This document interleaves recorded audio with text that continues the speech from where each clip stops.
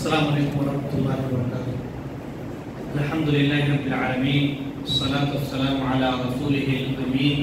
ومن تبعہم بإحسان الی یوم الدین، اما بعد۔ کتاب التوحید سے آج 8واں باب ہم پڑھیں گے، جس کا عنوان ہے دم، جھاڑ پھونک اور تعویذ کا بیان، صفحہ نمبر 64۔ عنوان ہے دم، جھاڑ پھونک اور تعویذ کا بیان۔ اس عنوان میں کہتے ہیں مؤلف نے، کتاب لکھنے والے رحمۃ اللہ علیہ نے، مذکورہ مسائل میں حکم بیان کیے بغیر باب قائم کیا۔ عنوان جو بتایا ہے، قائم کیا ہے، اس میں حکم نہیں لگایا کہ یہ عمل شرک ہے، حرام ہے، کفر ہے، کیا ہے، جبکہ اس سے پہلے بہت ساری چیزوں کے سلسلے میں، جیسے 7واں باب جو گزرا، اس میں انہوں نے بتایا کہ رفع مصائب اور دفع بلا کے لیے چھلے دھاگے وغیرہ پہننا شرک ہے۔ تو عنوان میں انہوں نے وضاحت کر دی کہ شرک ہے، لیکن یہاں پر دم، جھاڑ پھونک اور تعویذ کا بیان عنوان میں انہوں نے وضاحت نہیں کی، کیونکہ کہتے ہیں اور ما سبق ابواب کی طرح حکم بیان نہیں کیا ہے۔ جو ابواب گزر چکے ہیں ان میں حکم بیان کر دیتے ہیں، لیکن اس باب میں حکم بیان نہیں کیا اور یہ نہیں کہا کہ یہ شرک ہے۔ کیوں نہیں کہا؟ کیونکہ دم کرنے کی 2 قسمیں، دم جو کیا جاتا روٹیا، اس کی 2 قسمیں ہیں، شرعی اور غیر شرعی، ایک جائز ہے، ایک حرام ہے۔ دوسری بات کہ ہر طرح کا تعویذ لٹکانا شرک نہیں ہے۔ شرک نہیں کہا کیونکہ ہر طرح کا تعویذ لٹکانا شرک نہیں ہے، چنانچہ اگر قرآنی آیات لکھ کر لٹکایا جائے تو یہ عمل حرام ہے، شرک نہیں۔ آدمی قرآن کی آیتیں لکھ کر لٹکا لے بطور تعویذ تو یہ حرام تو ہے، لیکن شرک نہیں کہلاتا ہے۔ تو اس وجہ سے عنوان میں انہوں نے یہ نہیں کہا کہ دم، جھاڑ پھونک اور تعویذ وغیرہ لٹکانا کرنا شرک ہے۔ کہتے ہیں پہلی دلیل صحیح بخاری میں حضرت ابو بشیر انصاری رضی اللہ عنہ سے روایت ہے کہ انه كان مع النبي صلی اللہ علیہ وسلم في بعض اسفاره فارسل رسولا الا يبقين في رقبة بعير قلادة من وتر او قلادة الا قطعت۔ وہ حضرت صلی اللہ علیہ وسلم کے ساتھ سفر میں تھے۔ آپ صلی اللہ علیہ وسلم نے ایک قاصد کو، اعلان کرنے والے کو بھیجا کہ کسی اونٹ کی گردن میں تانت کا قلادہ یعنی ہار ہرگز نہ چھوڑا، یا مطلق قلادہ فرمایا کہ کسی بھی اونٹ کی گردن میں کوئی ہار ہو اگر تو اس کو نہ چھوڑو مگر اسے کاٹ دیا جائے۔ کسی بھی اونٹ کے گردن میں ہار وغیرہ کچھ ہو تو اسے کاٹ دیا جائے، اسے نہ چھوڑا جائے۔ حدیث میں کہا گیا فارسلا، انہوں نے بھیجا شریعت کی منشا کے مطابق ان کے احوال دریافت کرنے کے لیے۔ جاؤ، جا کر دیکھو جو اونٹ سفر میں ہیں، ہمارے ساتھ ہیں، ان کے گلوں میں، ان کی گریبانوں، گردنوں میں کیا کچھ رکھا ہوا ہے، جا کر معلومات کرو۔ اور کہا قلادہ، اس ہار کے سلسلے میں ان کا عقیدہ تھا، جو اونٹوں کو لگاتے تھے، پہناتے تھے، تو ان کا عقیدہ تھا کہ یہ اونٹ کو نظر بد سے بچاتا ہے، یہ ان کا عقیدہ تھا زمانے میں، جبکہ یہ اعتقاد رکھنا ہی فاسد ہے، درست نہیں ہے کہ یہ ہار جو ہے اونٹ کو نظر بد سے بچائے گا، یہ عقیدہ رکھنا باطل ہے، فاسد ہے، درست نہیں ہے۔ تو اس لیے نبی کریم صلی اللہ علیہ وسلم نے ایک قاصد کو بھیجا کہ جاؤ دیکھو اونٹوں کے گلوں میں کوئی ہار ہو تو اسے کاٹ دو، کیونکہ جس عقیدے کے تحت یہ ہار پہنایا جاتا ہے وہ درست نہیں ہے، لہذا اس کی ضرورت نہیں ہے۔ دوسری اور تیسری دلیل، اور حضرت عبداللہ بن مسعود رضی اللہ عنہ سے مروی ہے کہ ان الرقا والتمائم والطولة شرک، میں نے، کہتے ہیں کہ میں نے اللہ کے رسول صلی اللہ علیہ وسلم کو یہ فرماتے سنا، جھاڑ پھونک نظر بد وغیرہ سے تحفظ کے لیے، بچنے کے لیے تو جھاڑ پھونک کرتے ہیں، تعویذ گنڈے باندھنا اور محبت یا نفرت پیدا کرنے کے لیے کیا جانے والا جادوئی عمل جسے طولہ کہا جاتا ہے، یہ سب شرک ہے۔ اللہ کے رسول صلی اللہ علیہ وسلم نے فرمایا یہ سب شرک ہے۔ امام احمد اور ابو داؤد نے اسے روایت کیا ہے۔ تیسری دلیل اور حضرت عبداللہ بن عکیم رضی اللہ عنہ سے مروی ہے کہ رسول اللہ صلی اللہ علیہ وسلم نے فرمایا من تعلق شیئا اکل الیہ،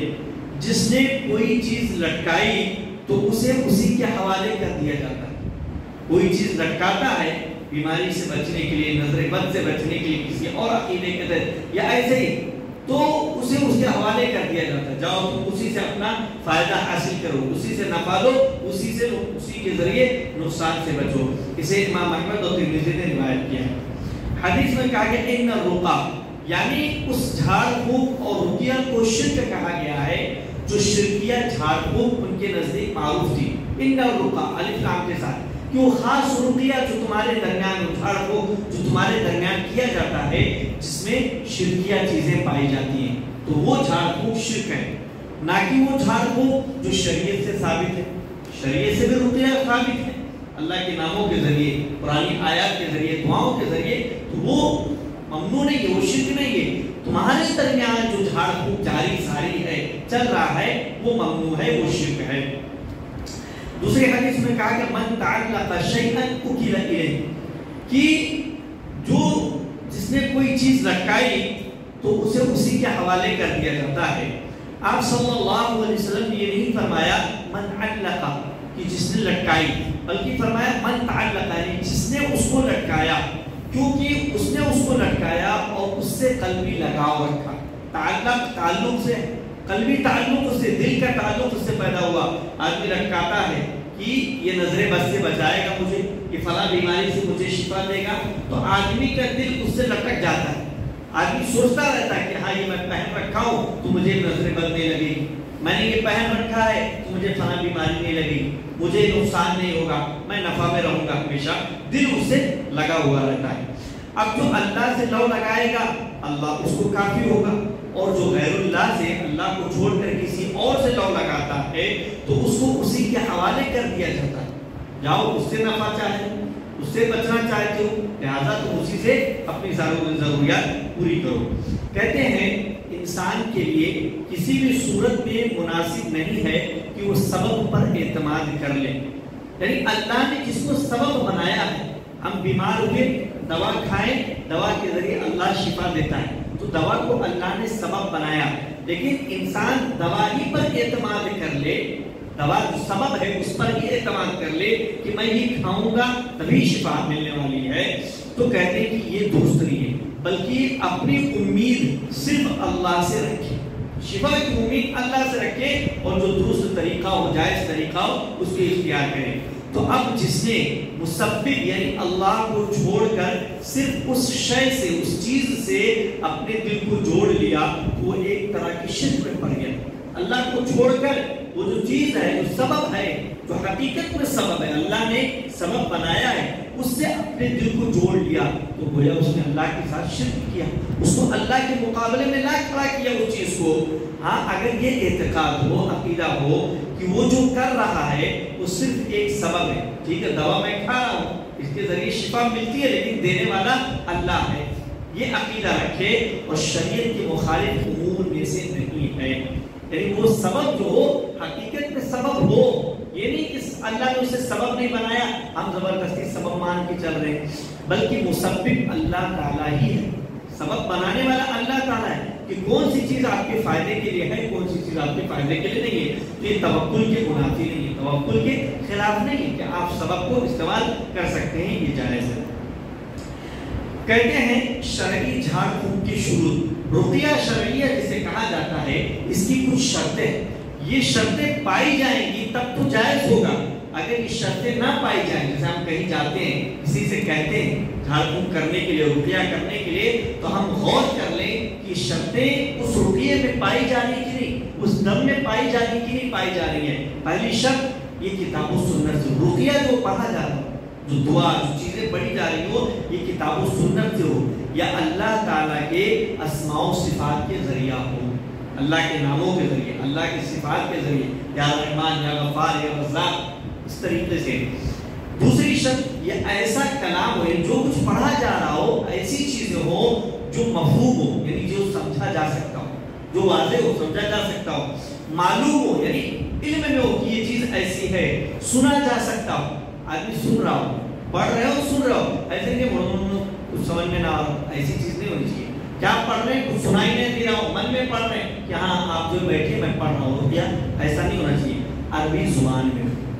عربی زبان میں ہوئی۔ تو یہ شرط، دوسری شرط کہ مفہوم ہو، واضح ہو، معنی سمجھا جا رہا ہو، معلوم ہو کیا پڑھا جا رہا ہو، سنا جا سکتا ہو اور عربی زبان میں ہو، یہ دوسری شرط۔ تیسری شرط یہ ہے کہ یہ اعتقاد رکھے کہ یہ شرعی سبب ہے، رقیہ جو ہو رہا یہ شرعی سبب ہے، اللہ نے اس کو سبب بنایا جو اللہ کی اجازت کے بنا کوئی فائدہ نہیں پہنچا سکتا، اللہ کی اجازت کے بغیر کوئی فائدہ نہیں پہنچا سکتا، اللہ نے اسے سبب بنایا ہے اور اللہ ہی کی اجازت سے اس سے فائدہ ہونے والا ہے، نقصان تو ہونے والا ہے۔ تو یہ شرطیں پائی جانی چاہیے رقیہ میں،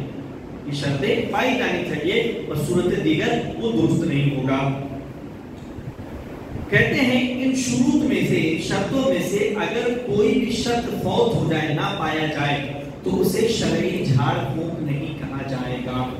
اور یاد رہے کہ عربی زبان کے علاوہ کوئی شرعی جھاڑ پھونک نہیں ہو سکتا ہے،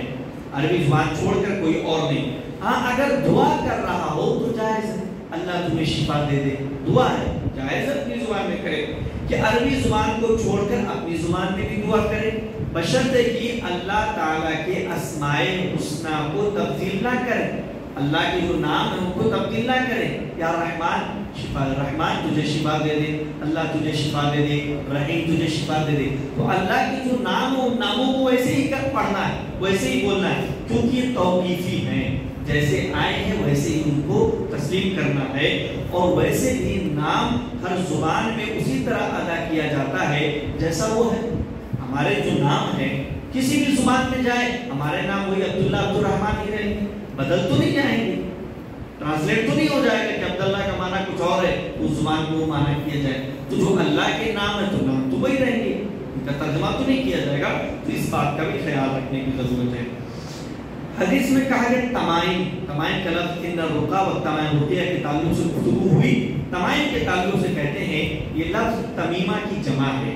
اس سے مراد ہر وہ چیز ہے جو نظر بد سے تحفظ کے لیے، بچنے کے لیے بچوں کے گلے میں باندھی یا لٹکائی جائے، لٹکائی یا ڈالی جائے، باندھ دیتے ہیں، لٹکا دیتے ہیں، ڈال دیتے ہیں۔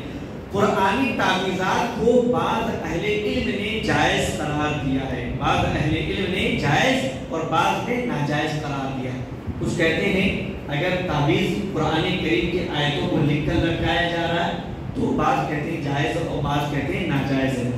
ناجائز کہنے والوں میں سے ایک حضرت عبداللہ بن مسعود رضی اللہ تعالیٰ عنہ بھی ہیں، صحابی رسول فقیہ عبداللہ بن مسعود رضی اللہ تعالیٰ عنہ بھی کہتے ہیں کہ تعویذ قرآن سے ہی کیوں نہ بنا ہو جائز نہیں، جائز نہیں۔ کہتے ہیں والرقیہ، یہ رقیہ کی جمع ہے، انہیں العزائم بھی کہا جاتا ہے، رقیہ دم اور جھاڑ پھونک کو کہتے ہیں۔ اگرچہ مذکورہ حدیث میں، جو حدیث ہم نے پڑھی ان الرقیہ والتمائم والطبلۃ شرک، حدیث میں دم کرنے کو شرک کہا گیا ہے مطلق طور پر، لیکن دیگر دلائل سے ثابت ہے کہ جو دم، جو رقیہ شرکیت کلمات پر مشتمل نہ ہو۔ اللہ کے رسول صلی اللہ علیہ وسلم سے پوچھا کہ ہم رقیہ کرتے ہیں تو کیا ہم کریں نہ کریں؟ اللہ کے رسول نے کہا کرو، ابو داؤد کی روایت ہے ما لم یکن فیہ شرک، ما لم یکن فیہا شرک، اس طرح کے الفاظ ہیں کہ جب تک اس میں شرک نہ ہو، یعنی جن الفاظ سے آپ کر رہے ہیں اس کے اندر شرکیہ کلمات نہیں ہونے چاہیے، اس کی اجازت ہے۔ خود رسول اللہ صلی اللہ علیہ وسلم نے نظر بد اور زہریلے جانوروں کے کاٹنے پر دم کرنے کی اجازت اور رخصت دی ہے۔ تو ایک طرف رخصت کی بات ہے اور دوسری طرف شرک کہا گیا، تو شرک وہ ہے جن میں شرکیہ کلمات پائے جائیں، اور رخصت جو جائز والے کلمات جن میں شرکیہ کلمات نہ پائے جائیں۔ تیسری چیز جو اس میں ذکر کی گئی الطبلہ، طبلہ یہ ایک ایسا عمل ہے جسے عربوں کے خیال میں خاوند اور بیوی، میاں بیوی کے درمیان مابین الفت پیدا کرنے کا ایک ذریعہ سمجھا جاتا تھا۔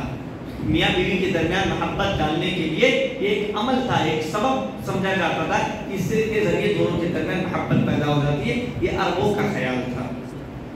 جبکہ یہ بھی ایک قسم کا شرک ہی ہے. کہتے ہیں آگے ویڈنگ رنگ، شادی کی انگوٹھی. مجالس میں اس طرح کی چیزیں نظر آتی ہیں کہ شادی کی انگوٹھی دلہا دلہن کو پہنا رہا، دلہن دلہے کو پہنا رہی ہے، اس طرح کی مجلسیں ہوتی ہیں. تو کہتے ہیں شادی کی انگوٹھی پہننا بھی تیولا کی ایک شکل ہے. تیولا کسے کہتے ہیں؟ میاں بیوی کے درمیان محبت پیدا کرنے کے لیے کچھ کرنا، کوئی عمل کرنا، اسے سبب سمجھنا. تو انگوٹھی اس مقصد سے پہنائی جاتی ہے. تو کہتے ہیں اس کے تعلق سے کیا کیا حکم ہے؟ پہلی چیز شرک اکبر ہے انگوٹھی پہنانا. کیسے؟ اگر یہ اعتقاد رکھے، عقیدہ رکھے کہ یہ بذات خود مؤثر ہے، کہ انگوٹھی یہ مؤثر ہے، یہ محبت پیدا کرے گی میاں بیوی کے درمیان، اگر یہ عقیدہ ہے اور یہ فی نفسی نفع پہنچانے اور نقصان دور کرنے کی صلاحیت رکھتی ہے، اگر ایسا عقیدہ ہے تو یہ شرک اکبر ہے. ہم نے اس کو اصل مان لیا کہ یہ محبت پیدا کرے گی، یہ نفع دے گی، یہ نقصان سے بچائے گی. شرک اصغر ہے دوسری حالت، اگر یہ اعتقاد رکھے کہ میاں بیوی کے تعلق کو باقی رکھنے کا ذریعہ ہے، کہ ایک ذریعہ ہے، اللہ نے اس کو ذریعہ بنایا. آدمی کے ذہن میں یہ چیز ہو کہ یہ ذریعہ ہے، اصل نہیں، اصل اللہ ہی ہے، یہ ایک ذریعہ ہے محبت کو باقی رکھنے کی، تو یہ شرک اصغر ہوگا. کیوں؟ کیونکہ اللہ نے اسے سبب بنایا نہیں، ہم سبب بنا رہے ہیں. تو جس چیز کو اللہ نے سبب نہیں بنایا، ہم سبب بنائیں گے اور اصل اللہ کو سمجھیں گے لیکن سبب بنائیں گے، تو یہ شرک اصغر ہو جائے گا. حرام ہے، تیسری صورت حرام ہے، اور یہ اس کا سب سے ادنا درجہ، سب سے بڑا شرک اکبر، پھر شرک اصغر، پھر نیچے اس کے بعد حرام ہے، اس سے کم تر کچھ نہیں. کیونکہ یہ عیسائیوں کی عادتوں میں سے ایک عادت ہے، یہ عیسائیوں کی عادت ہے، اور کسی قوم کی مشابہت اختیار کرنا یہ حرام، شرعاً ممنوع ہے. اس کے ذریعے سے وہ عقیدہ تثلیث کا اظہار کرتے ہیں انگوٹھی پہنا کر. اور اگر یہ انگوٹھی سونے کی ہو تو اس میں مردوں کے لیے ایک اور محظور ہے، ایک اور ممنوع چیز ہے کہ مردوں کے لیے سونا پہننا حرام ہے. تو یہ آخری چیز کہ کم از کم انگوٹھی پہنانا اس موقع پر، شادی کے موقع پر حرام کا درجہ رکھتا ہے.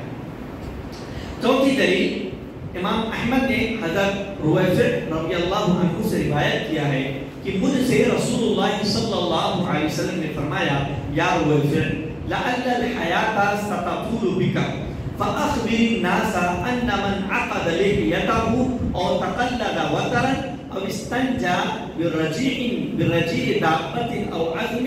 فإن محمدا صلی اللہ علیہ وسلم بریء منہ. اے رویفع، شاید تم ایک مدت تک زندہ رہو، تمہیں لمبی زندگی ملے، لہذا تم لوگوں کو بتا دینا کہ جو شخص، جو آدمی داڑھی کو گرہ لگائے، داڑھی باندھے یا تانت گلے میں ڈالے، گلے میں تانت ڈال لے، یا چوپائے کے گوبر یا ہڈی سے استنجا کرے، صفائی کرے اپنی، تو محمد صلی اللہ علیہ وسلم اس سے بیزار اور لا تعلق ہیں. حدیث میں کہا گیا ان من عقد لحیته، جو اپنی داڑھی کو گرہ لگائے، گانٹھ باندھ، جیسا کہ ہم دیکھتے ہیں عیسائیوں میں یہ چیز، عیسائیوں میں نہیں،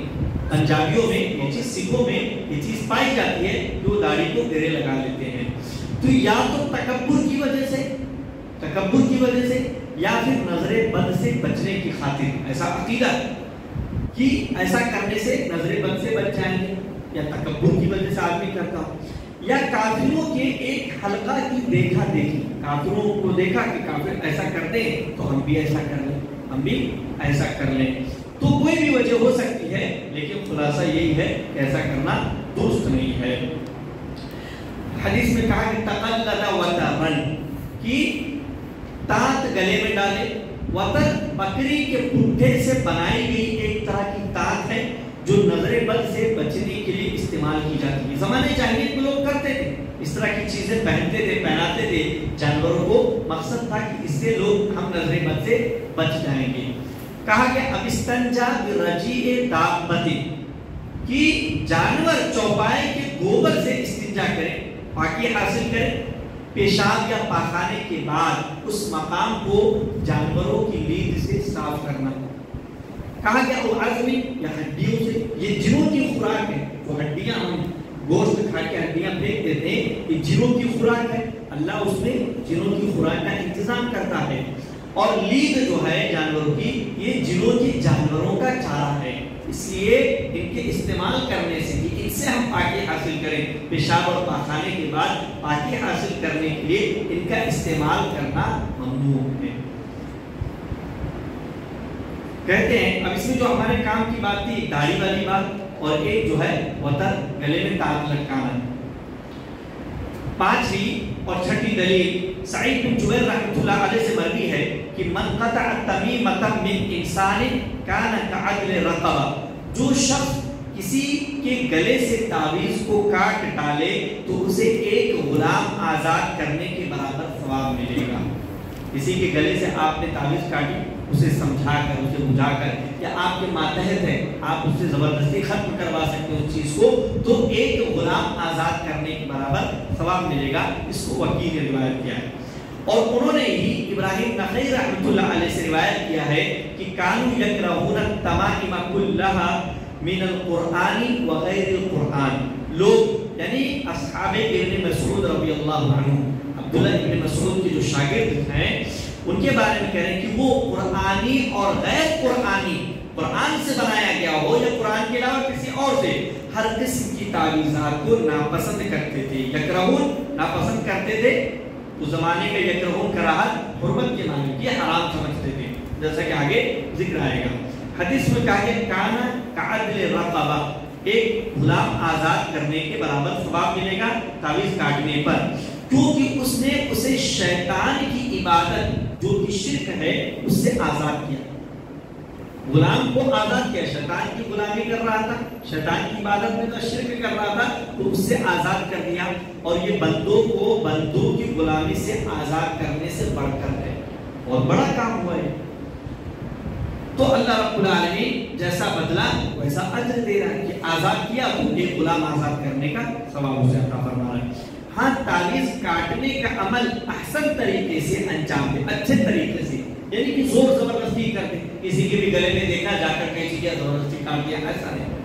سامنے کون ہے، اس کو کیسے سمجھایا جا سکتا ہے، کیسے قائل کیا جا سکتا ہے کہ وہ غلط سمجھ لے اور اسے نکالنے پر تیار ہو جائے، تاکہ اس سے نفرت پیدا نہ ہو۔ اگر زور زبردستی کر کے کاٹیں گے تو ظاہر سی بات ہے مزید نفرت بڑھے گی، شدت بڑھے گی۔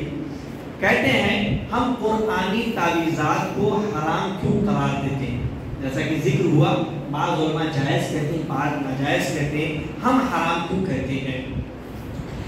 کیوں؟ کیونکہ بعض سلف کے نزدیک مکروہ ہونے کی وجہ سے، ابھی ذکر ہوا کہ عبداللہ بن مسعود اور ان کے شاگرد مکروہ سمجھتے، مکروہ یعنی حرام، تو بعض سلف کے نزدیک مکروہ ہونے کی وجہ سے، اور واضح رہے کہ سلف کے نزدیک کراہت کا مطلب حرام ہی ہوتا تھا، وہ حرام سمجھتے تھے تو ہم بھی حرام مانتے ہیں۔ دوسری وجہ نبی کریم صلی اللہ علیہ وسلم کا فرمان ہے ان الرقا والتمائم والطول شرک، جھاڑ پھونک، تعویذ کنڈے اور محبت و نفرت کے لیے کیے جانے والے اعمال سب شرک ہیں۔